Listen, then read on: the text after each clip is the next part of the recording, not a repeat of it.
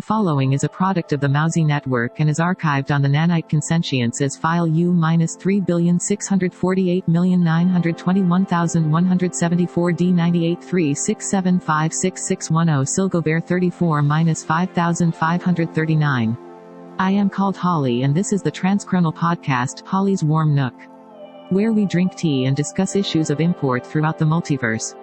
Broadcast across the barriers to perception from Cedar Grove, mighty crossroads of the multiverse, and source of the finest rhubarb pie found among multiple civilizations.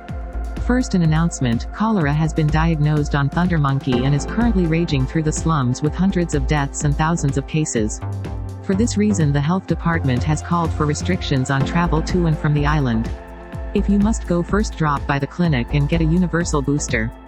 Today we have a special guest, a newly discovered Unka who has already been named the Cartoonist by the people of Cedar Grove. He has only been with us a few weeks, having originated on a primitive alternative Earth with no knowledge of his own true nature. I have him on a second channel. Greetings Unka Ray, can you hear me? Yes, I hear you Holly, quite clearly. Thank you for inviting me on your show. My pleasure Unka. Only a week after you arrived you experienced a catastrophic event requiring a great reset. Can you talk about your experience? Well yeah, there was this ridiculous pirate ship blimp that crashed right on us.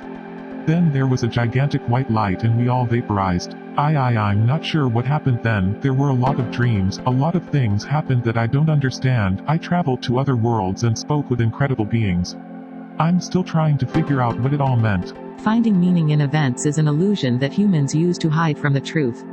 I suppose, it was pretty intense. Anyway, I found a guide, or he found me and he led me back into the light of day, and everything was normal again. Yes, the explorer is yet to recover from the effort he put into that little bit of magic. When he is fit again, the council means to try him for incompetence. Why? He set the emergency return portal for a direct course for the island. It never occurred to him the improbable might come through without guidance and with a damaged singularity containment. That single act of incompetence put 50,000 lives in danger. But he fixed it. Yes, using his Weaver ability he performed an act that is utterly beyond anything ever seen before. The nanites have put thousands of years of real-time study into the reset and they find that it is utterly beyond even their comprehension or experience throughout the known multiverse. Wow, tell Unka about your world. What was life like there? Yeah. Okay, it was a dying world. We had built an industrial civilization that spanned the globe. We had robots on Mars and a colony on the moon. But multiple industrial disasters killed the oceans. Chemical and radioactive pollution wiped out the green algae and the result was a drop in dissolved oxygen levels that killed off all life in 3 oceans. At that point it was only a matter of time. Oddly, instead of reducing our production of industrial waste we increased it. When told that our species was about to hit a wall we put the pedal to the metal. When I left we were indulging in vast global over clean water supplies and arable land. Yes, we know of many alternate worlds that are sterile of human life. Their cities stand as mute monuments to what has been lost. We call it the work of the Wetigo. The Wetigo? Wetigo, it's a term for a form of social disease. That is, a disease that societies get. It can take the form of a warlike fascist government, or a vast death cult, but there is no actual purpose to it, save an everlasting hunger for human flesh that can never be satisfied. Thanatos, that's what we called it, humanity's subconscious desire for self-destruction. It's heartening to know there are human worlds where Wetigo doesn't rule. Tell us more about your world. Okay, we were mostly ocean. We had vast salt seas teeming with life. So many kinds of life, we were still discovering new ones as we extincted species by the thousands. We had awe-inspiring mountains, and forests, and glaciers shining in the sun.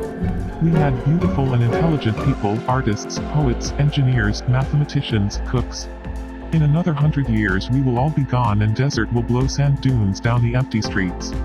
Go on. I'm sorry, it makes me really sad to talk about it. Can we change the subject? The nanites point out that human sexual repression is one of the source vulnerabilities that Wetigo feeds on.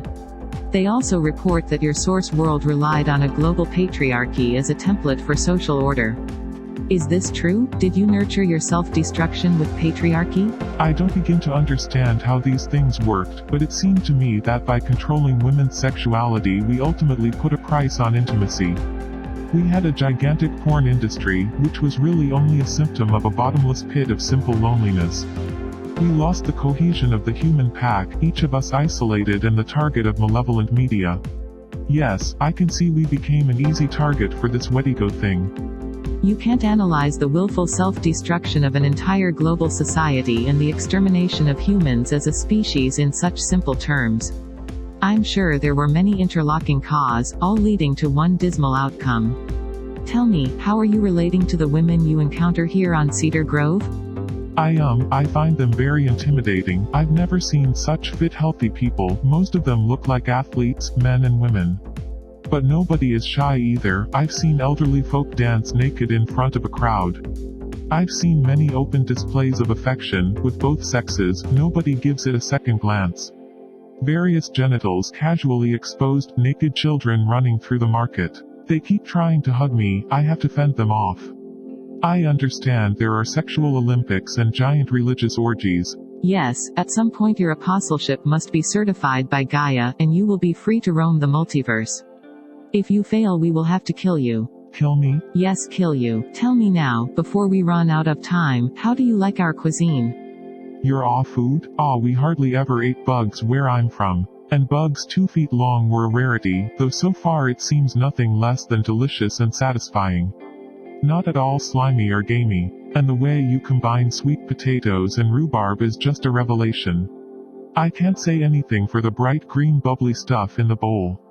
The Grood? The Grood is an antimicrobial wet cleanser for your hands. You probably shouldn't drink it. I am contractually obligated by our patron Cedar Grove Intergalactic Rhubarb Pie to ask if you have tried one of our pies yet? Yes, I have, and I have to admit to finally experiencing a staggering new level of ecstatic gustation I had not previously known to exist. It was the kind of experience that starts religions. We had nothing like this on our world. CGIR, you have my eternal loyalty and love, please keep making them. And with that I must end our program for today. Stay tuned to Tachyon Channel 51 for Patsy's cooking show. This week she will demonstrate the proper rituals for deliquescing Morty.